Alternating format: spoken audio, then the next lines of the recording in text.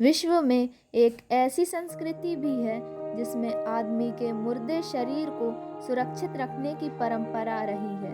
वहाँ ये माना जाता था कि मृत व्यक्ति को उन चीज़ों की ज़रूरत पड़ेगी जिनका वो जीते जी उपयोग करता आ रहा था, इसलिए वो चीज़ें भी उसके शरीर के साथ दफन कर दी जाती थी। मिस्र के नाम से विख्यात इस देश में आज भी ऐसे कई मृत शरीर देखने को मिलते हैं जिन्हें देखकर लगता है कि वे कल ही दफनाए गए होंगे। उनके लिए बनाए कलात्मक भवन आज स्थापत्य कला के बेजोड़ नमूने माने जाते हैं।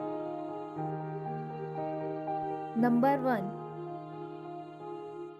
पिरामिडों और मम्मियों वाले इस देश की राजधानी कैरो में एक ग्रेव सिटी भी है, यानी कि कब्रों का शहर, जहां सिर्फ मुर्दे आराम फरमाते हैं। इनकी कब्रें मकानों की शक्ल में बनी हैं, जिनमें खिड़की और दरवाजे तक हैं। छतों पर पानी की टंकियां हैं, पुताई और प्लास्टर भी है। मुर्दों के रख रखाव का ऐसा जलवा किसी और देश को नसीब नहीं। नंबर 2, मिस्र का म्यूजियम भी मम्मी प्रधान संग्रहालय है। हजारों साल तक सुरक्षित रखी मम्मियां दर्शकों को आकर्षित करती हैं।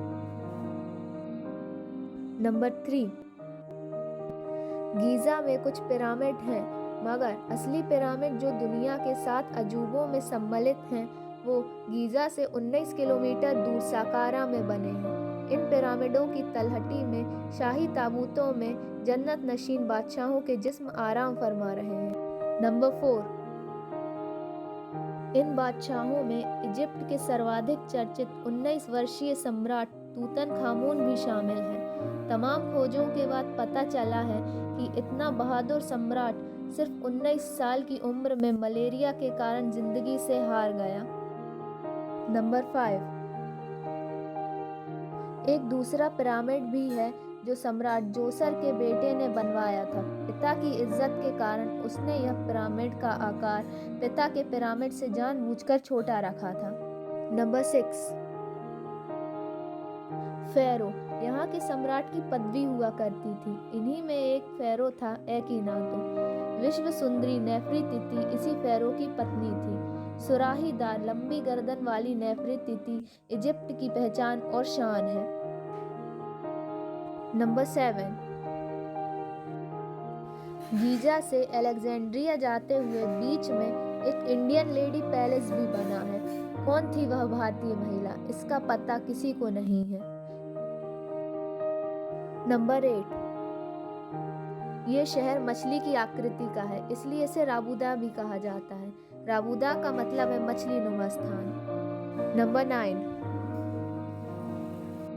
इस शहर में ही बना है कैटेकोबा मकबरा। दिलचस्प बात यह है कि इस मकबरे की खोज सन 1900 ईस्वी में एक बंदर ने की थी। होता क्या था कि वहाँ जो भी बंदर जाकर उछलता उसकी टांग जमीन में फंस जाती। लोगों को ताज्जुब हुआ। वहाँ खुदाई की गई तो इतना विशाल मकबरा जमीन के दामन में छिपा मिला। इस मकबरे में सैकड़ों जारों का जखीरा मिला था। कहा जाता था कि ग्रीक लोग जार में ही खाना खाते थे। उपयोग किया हुआ जार वे फेंक देते थे।